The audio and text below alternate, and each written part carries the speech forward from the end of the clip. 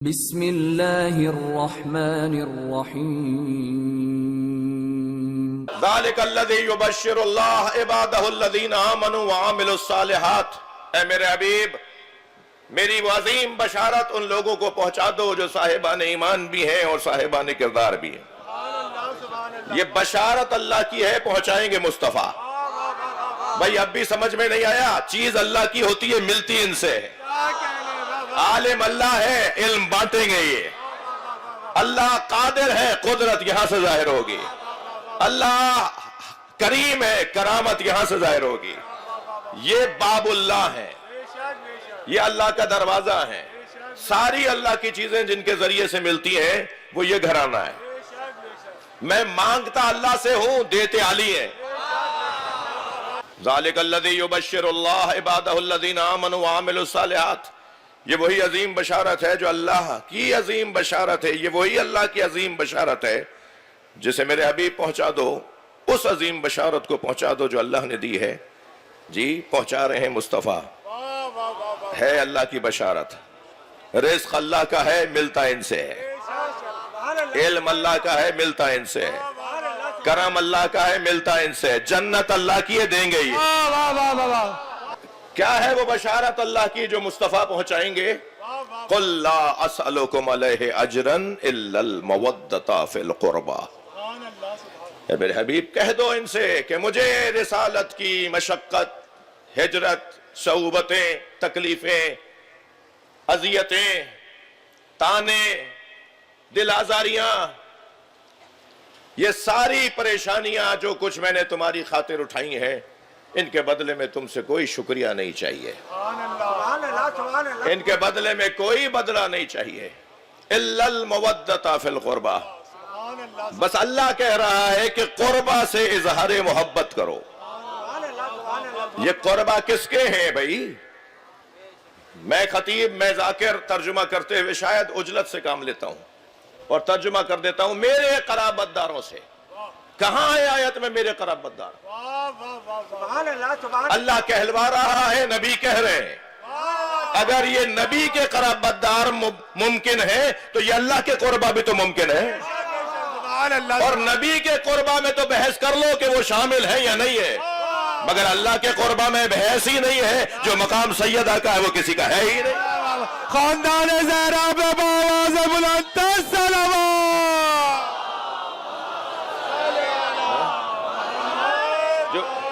جو قرب مولا کائنات کا، جو مقام مولا کائنات کا، قرب الہی میں، قرب الہی میں جو مقام مولا کائنات کا ہے، بھائی میں کہاں، کیوں مجھے ضرورت اس میں محنت کرنے کی ہے؟ کتنی روشن بات ہے۔ یعنی مجھے یہ ثابت کرنے کے لیے کوئی دلیلیں قائم کرنی پڑیں گی کہ اس وقت سورج نکلا ہوا ہے؟ کوئی استدلال کی ضرورت نہیں ہے، اتنا روشن مسئلہ ہے۔ جو بستر رسول پہ سو کر اللہ کی مرضیاں خرید لے، نعرہ حیدری، اس سے زیادہ قریب اللہ کے کون ہوگا؟ لہذا قربتاً اللہ، اللہ نہیں اللہ، اللہ کی قربت حاصل کرنے کے لیے یہ سارے کام ہو رہے ہیں۔ مگر میرے بچوں، جوانوں، جس کے پاس معلومات کی کمی ہونا وہ جلدی رائے نہ دیا کرے۔ ایک آیت تو تم نے سن لی، پڑھ لی کہ ان اللہ لا يحب المسرفین، اللہ اسراف کرنے والوں، فضول خرچی کرنے والوں کو پسند نہیں کرتا، تو تم نے یہ عزاداری میں اور نیاز میں کہاں جوڑ دیا؟ نعرہ حیدری۔ اتنے نیاز، اتنا اہتمام، اتنا خرچہ ہم کر کیا رہے ہیں؟ ہمارے پاس ہے کیا جو اہل بیت کو دیں؟ اگر کسی کے پاس اتنی دولت ہے کہ وہ 200 دے کے کرتا ہے مولا کی نیاز میں، تو یہ سوچ سکتا ہے کہ میں نے حق ادا کر دیا۔ ہے کیا ہمارے پاس جو ہم دے رہے ہیں؟ ہماری حیثیت کیا ہے؟ ہم ہیں کون جو اہل بیت کی بارگاہ میں حق ادا کر سکے؟ پھر یہ باتیں اور پھر یہ گفتگو کہ اتنا خرچہ یونیورسٹی کیوں نہیں بنا دیتے, کالج کیوں نہیں بنا دیتے, ہاسپٹل کیوں نہیں بنا دیتے؟ الحمدللہ قوم کو اچھی خبریں ملیں گی. ہم یونیورسٹی بھی بنائیں گے, ہم میڈیکل یونیورسٹی بھی بنائیں گے, ہم ایک جرنل یونیورسٹی بھی بنائیں گے. ہم انشاءاللہ پاکستان کے بڑے ہاسپٹلوں میں سے ایک بڑا ہاسپٹل بنانے جا رہے ہیں. وہ اپنی جگہ. مولانا اتنی بیوائیں, اتنے یتیم معاشرے میں ہیں, یہاں سے کم کر کے وہاں لگا دیجئے. خبردار, امام حسین کی عزاداری سے کم کر کے کہیں فنڈز نہیں لگائے جائیں گے. تم امام حسین کی عزاداری کو نظریاتی با مقصد با ہدف بناؤ, حسین یتیموں کو خود پال دیں گے. حسینیت, حسینیت, یزیدیت, یزیدیت, اہل بیت کے دشمنوں پہ لعنت. مگر یہ یاد رہے کہ جب مسائل بڑھتے ہیں, جب تعداد بڑھتی ہے, جب کام بہتر اور پھیلاوا اور بڑھاوے کا عنوان پاتے ہیں, تو پھر انتظام بھی بڑا سچ کے اور اہتمام کے ساتھ کرنا پڑتا ہے. اللہ اسراف کرنے والوں کو پسند نہیں کرتا, مگر اللہ کنجوسوں کو بھی پسند نہیں کرتا. اللہ بخیلوں کو بھی پسند نہیں کرتا. اسی طرح اعلان ہو رہا ہے ان اللہ لا يحب المعتدین. میں ان بچوں جوانوں سے کہہ رہا ہوں, جہاں کہیں بھی تمہیں لگے کہ یہاں میرے بولنے سے فساد ہوگا, وہاں خاموش رہنا عبادت. اور جہاں کہیں لگے کہ یہاں خاموش رہنے سے فساد ہوگا, وہاں بولنا عبادت. اور اگر تشخیص دینے میں مسئلہ ہو رہا ہو تو بے وارث تو نہیں ہو, اپنے کسی بڑے سے پوچھ لو کہ یہاں میری ذمہ داری کیا بنتی ہے. ہر شخص کو جاننا چاہیے کہ اس کی ذمہ داری کیا ہے. اور فساد پھیلانا, ہم ویسے بھی اس قبیلے سے نہیں ہیں جن کا کام فساد پھیلانا ہے. فساد پھیلانے والوں میں سے نہ بنے گا, نہ بنے کوئی. فساد بدن میں, باڈی میں ایک چیرا لگانے کو کہتے ہیں. جی, ایک ہلکا سا کٹ بھی لگ جائے نا باڈی میں تو یہ باڈی کا فساد ہے. کتنی ایک سوئی, ڈاکٹر حضرات بیٹھے ہیں, ایک کٹ, ایک ہلکا سا کٹ, جو فساد ہے, باڈی کا میں فساد ہے. معاشرے کے اندر میرے بولنے سے, میرے خاموش رہنے سے, میرے حتیٰ کہیں جانے سے اور کہیں نہ جانے سے اگر فساد ہو رہا ہے تو مجھے اپنے آپ کو مفسد نہیں بنانا. جی, فرشتوں نے کیا کہا تھا اللہ سے, اتجعل فیہا من یفسد فیہا, یا اللہ تو اسے اپنا خلیفہ بنا رہا ہے جو زمین پہ فساد پھیلائے گا, وَيَسْفِكُ الدِّمَاءَ, اور خون بہائے گا. جناب محترم ماہر قانون سابق وزیر اعلیٰ سندھ تشریف فرما ہے. ریاستی اور حفاظتی اداروں سے جب بھی کبھی ہماری کوئی ملاقات میٹنگ ہوئی تو میں یہ بات ضرور کرتا ہوں کہ قرآن نے معاشرے سے فساد, معاشرے سے قتل کو اور خون ریزی کو روکنے کے لیے قانون دیا ہے. قرآن نے قانون دیا ہے, اور قانون یہ ہے کہ پہلے فسادیوں کو روکو, خون خود بہنا رک جائے گا.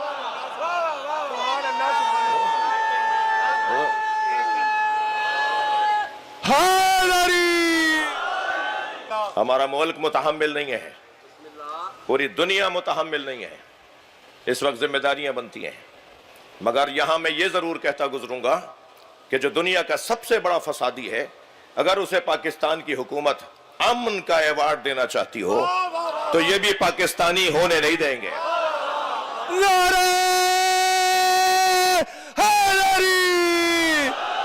ان اللہ لا يحب المسرفین, لا يحب المعتدین, لا يحب المفسدین. ان اللہ لا يحب من کان مختالا فخورا.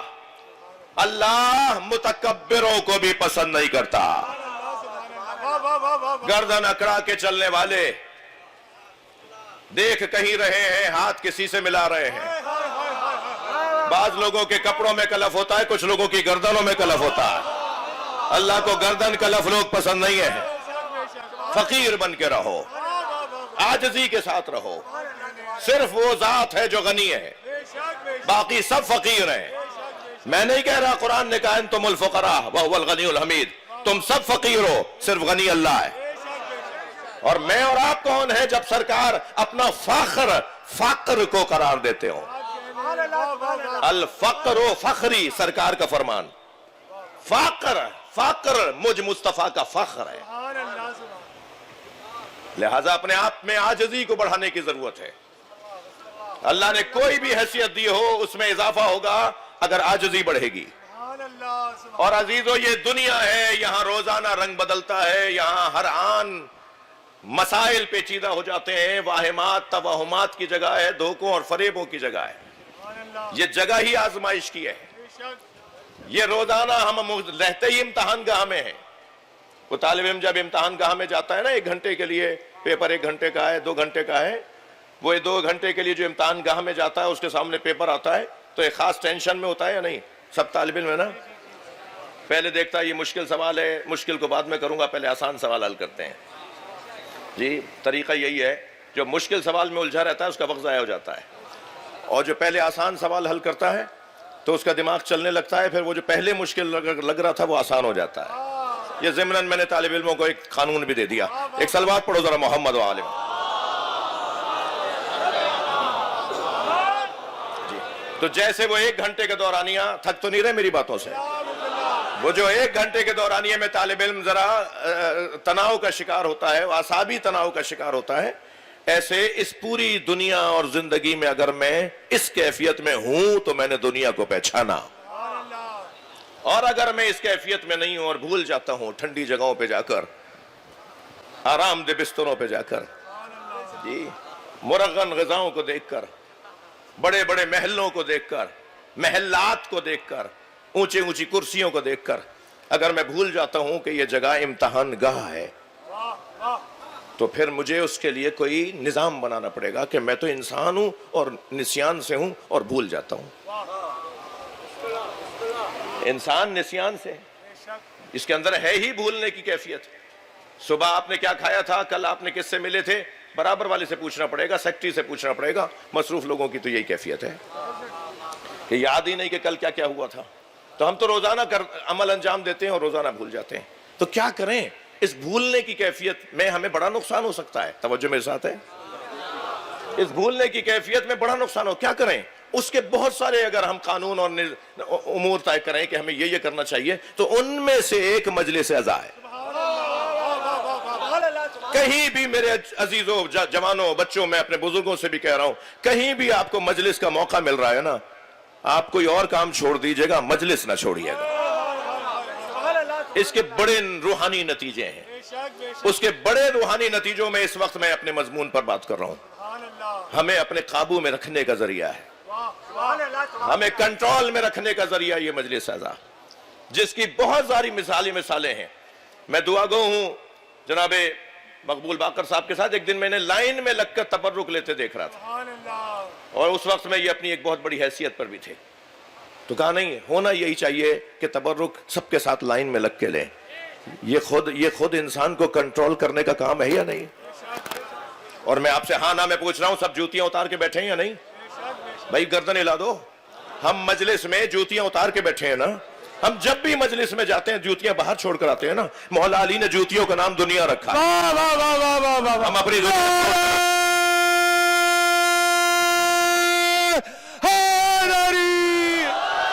مولا کے نزدیک یہ دنیا جوتیوں سے زیادہ گری ہوئی ہے. ہم اپنی حیثیت باہر چھوڑ کر آئیں.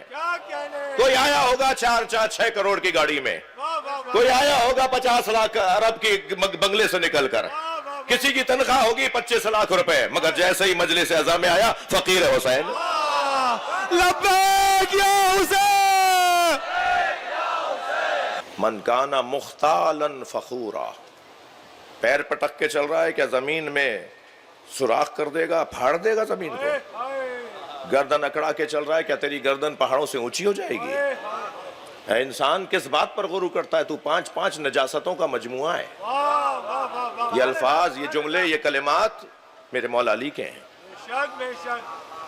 کس بات پہ غرور کرتا ہے؟ تو 5 نجاستوں کا مجموعہ ہے. بول تیرے اندر دوڑ رہا ہے، براز تیرے اندر موجود ہے. ممبر کی ایک زبان ہے، کسی بچے کو سمجھ میں نہ آئے تو برابر والے سے پوچھ لے. بول تیرے اندر، براز تیرے اندر، خون کی نجاست تیرے اندر.